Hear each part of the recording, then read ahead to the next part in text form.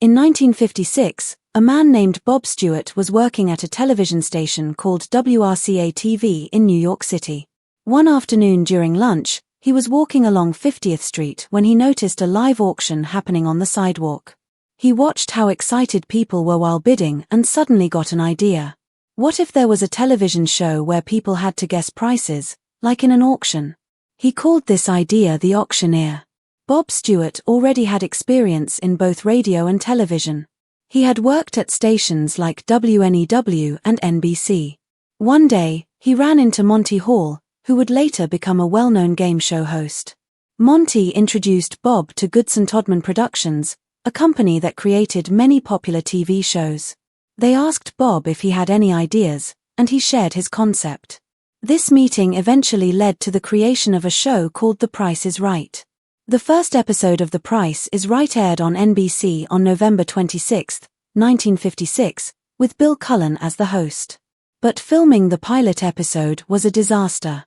During the taping, Cullen accidentally ran into a wall because a stagehand missed a cue. NBC had already agreed to air the show before even seeing the pilot, which was a common practice in the 1950s. After seeing the pilot, NBC wanted to cancel the show and even offered money to back out of the deal. But Bob Stewart and Bill Todman refused. They believed in the show and forced NBC to honor the agreement.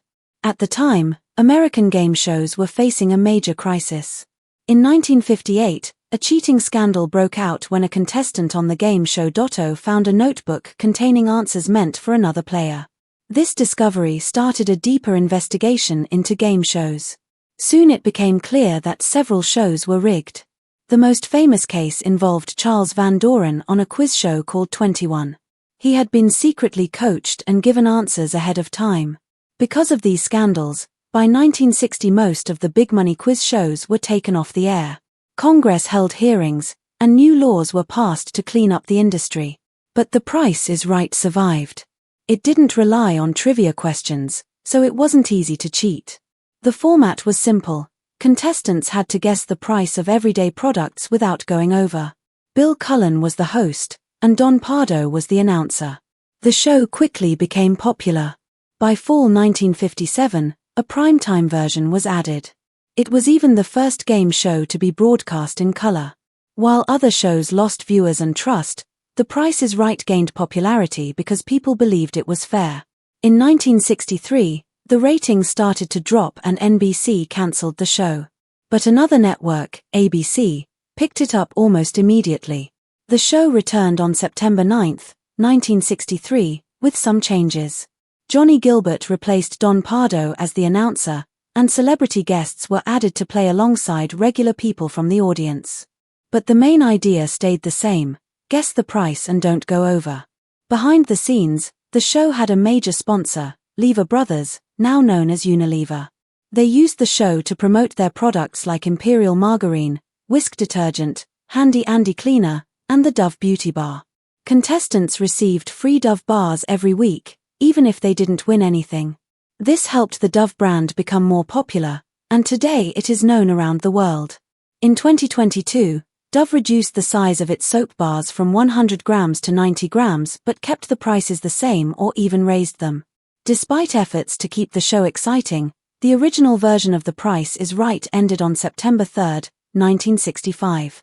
The primetime version had already been cancelled in 1964, and the daytime version lasted just one more year.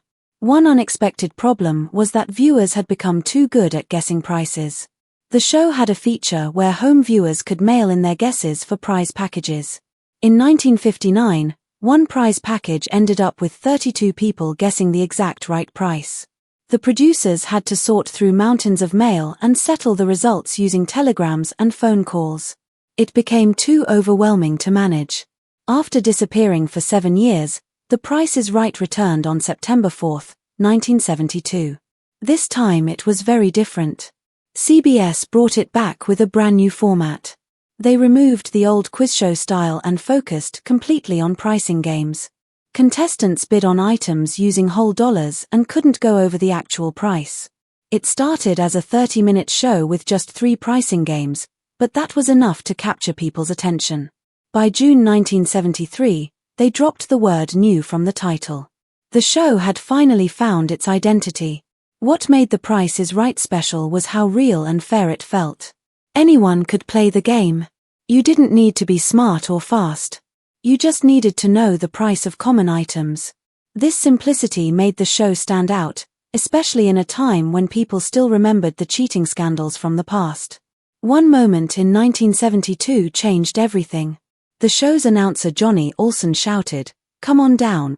That simple phrase became iconic. Every time he said it, the audience went wild. People screamed, clapped, and jumped out of their seats. They hugged strangers and rushed toward the stage. Some even practiced how they would react at home, doing cartwheels or crying with joy. The show later aired clips of people fainting or being carried to the front. All of this excitement started with those 3 words. Another major change came on December 1, 1975.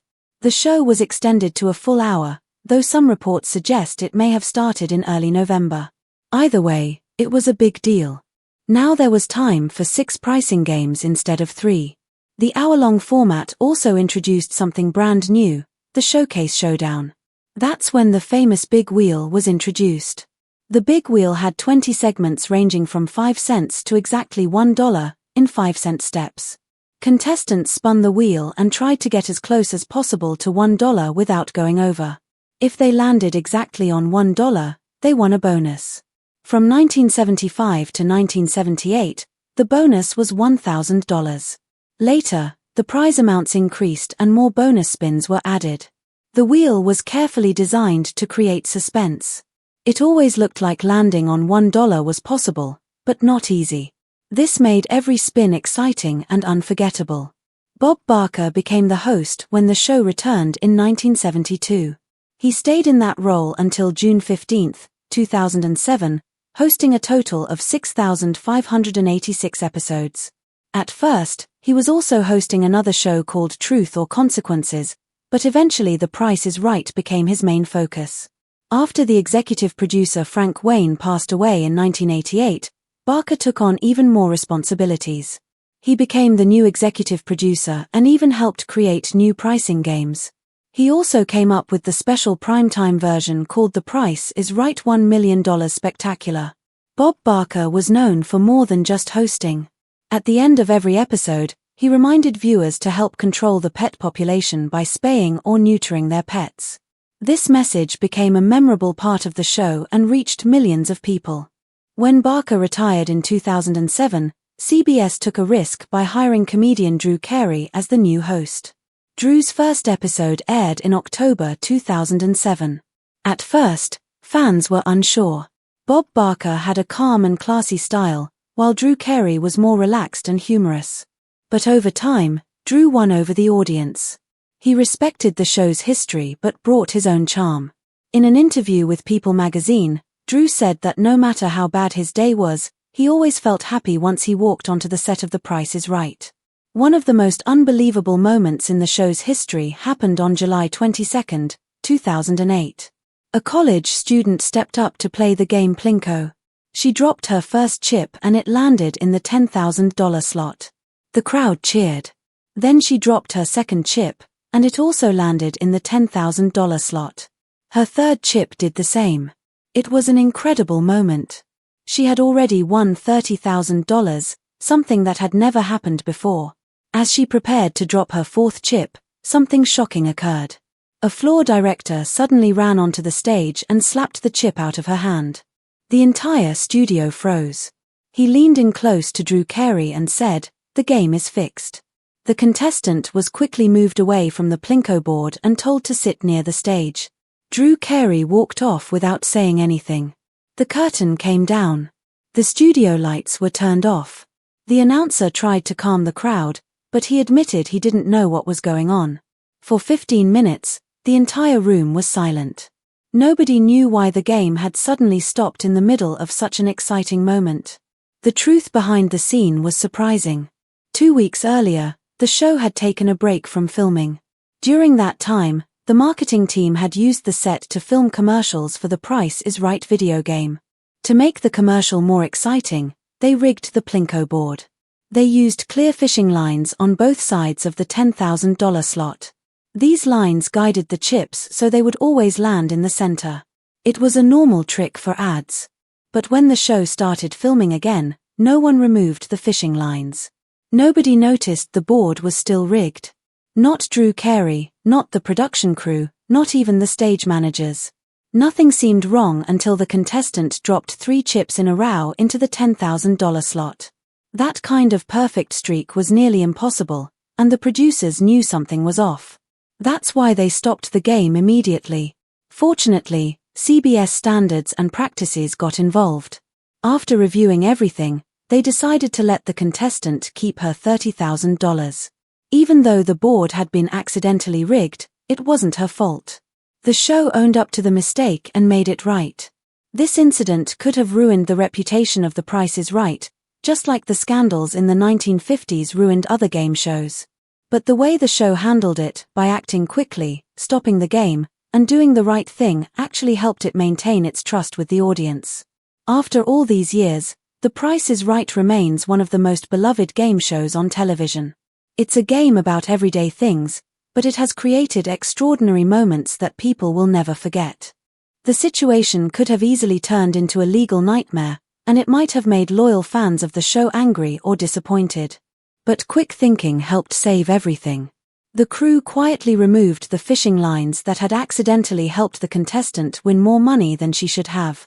Then they reshot the entire game, giving the contestant another chance to play Plinko with all 5 chips. This time, she didn't win as much as before, but she still went home with $3,000. When that episode finally aired on December 5, 2008, none of the confusion or mistakes were shown to the public. The viewers at home only saw the clean, re-recorded version of the game. Everything looked normal, like nothing unusual had happened at all. For many years, this incident remained a secret, known only to the people who had been in the studio that day. It could have ended The Price is Right's reputation, but because the team acted so fast and handled the issue carefully, the show continued like nothing had happened. Years later, Drew Carey finally opened up about that stressful day during an interview on SiriusXM in 2021. He admitted that in that moment, he thought his career might be over. He believed he was going to lose his job, face serious legal trouble, and be at the center of a massive scandal. Drew Carey had just started hosting The Price is Right in 2007 after replacing the longtime host Bob Barker, so the idea of getting into trouble so soon after taking over was terrifying to him. Game shows in America follow very strict rules, and that's mostly because of the cheating scandals that happened during the 1950s. Back then, it was discovered that some shows were secretly helping contestants win by giving them answers ahead of time. This caused a national scandal, and eventually, new federal laws were passed to make sure all game shows were fair. So when Drew saw something that looked like cheating, even if it was just an accident, he panicked, knowing the consequences could be serious. But this was not the only dark moment in the show's history. For many years, viewers saw Bob Barker as a friendly, trustworthy host. He had been the face of the show for 35 years and became a beloved figure in households across the country. But behind the scenes, there were serious problems happening, especially during the 1990s. Women who worked on the show began to speak out, saying that the workplace was filled with harassment, discrimination, and fear. In 1994, a model named Diane Parkinson made headlines when she filed an $8 million lawsuit against Bob Barker. She claimed that he had forced her into a sexual relationship that lasted 3 years. According to her, he made it clear that if she didn't do what he wanted, she would lose her job. She said that during breaks between shows, Barker would call her into his dressing room and force her into sexual acts. At the time, Barker was in his 70s, and he strongly denied all the accusations. He claimed that it was Diane who pursued him and that she wanted to marry him. Eventually, Diane dropped the lawsuit. She said the legal costs were too much for her and that her health was also suffering. But even though her case didn't go to trial, it brought public attention to something that many people had kept quiet about for years. Then, in 1995, another model named Holly Holstrom was fired from the show. The official reason was that she had gained weight because of medication she was taking, but Holly believed that wasn't the real reason. She thought she was being punished for not supporting Barker during Diane's lawsuit. The next year, on July 2, 1996, Holly filed her own legal complaint. She accused Barker of discrimination based on sex, age, and medical condition. She also said she experienced emotional abuse and that the show broke her contract. That legal battle lasted for nearly 10 years. Barker's lawyers tried multiple times to shut her case down by filing motions to block her. Holly said they even offered her money to settle the case if she agreed to stay silent forever. She refused. She chose to take less money so she could keep the right to speak openly about what had happened to her. In October 2005, Holly finally received a settlement that gave her several $1,000,000. She later used some of that money to start a foundation that helps people who are being mistreated at work but don't have enough money to fight back legally. Her actions had serious consequences for others on the show. 2 more models, Janice Pennington and Kathleen Bradley, were fired after they gave statements supporting Holly. Janice had been with the show since 1972 and was one of its longest-serving models.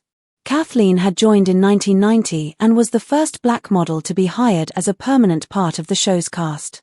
2 production assistants, Linda Regat and Cheryl Paris, were also fired. They, too, had spoken in support of Holly. The message was loud and clear: if you went against Bob Barker, your career on the show would be over.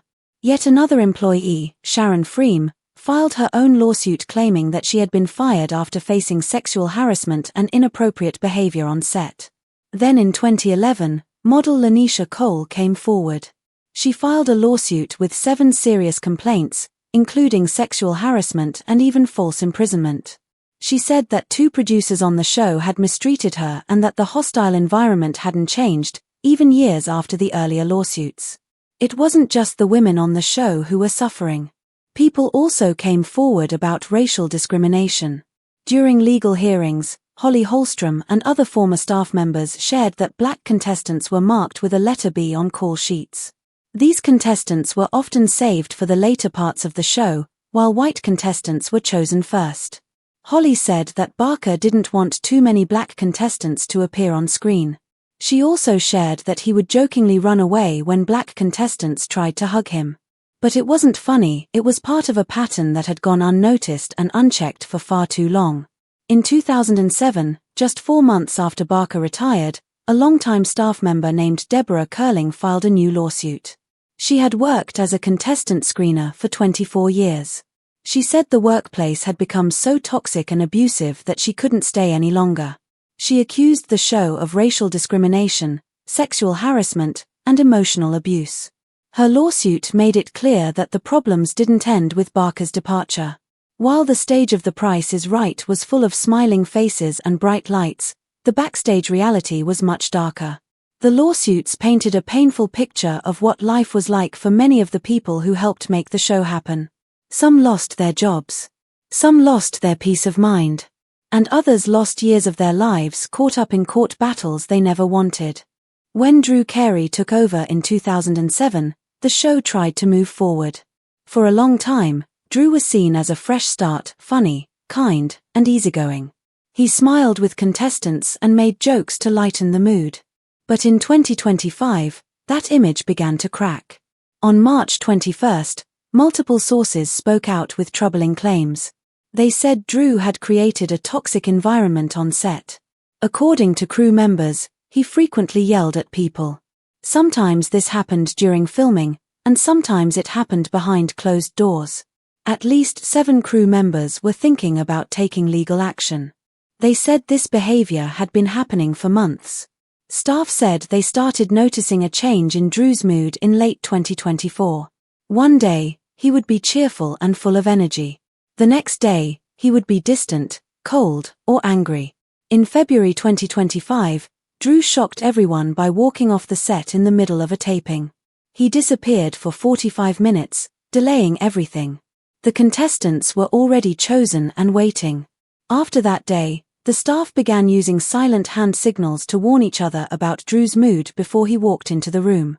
In early 2025, 3 long-term staff members left the show. They each said the work environment had become unbearable. Viewers also started noticing something felt off.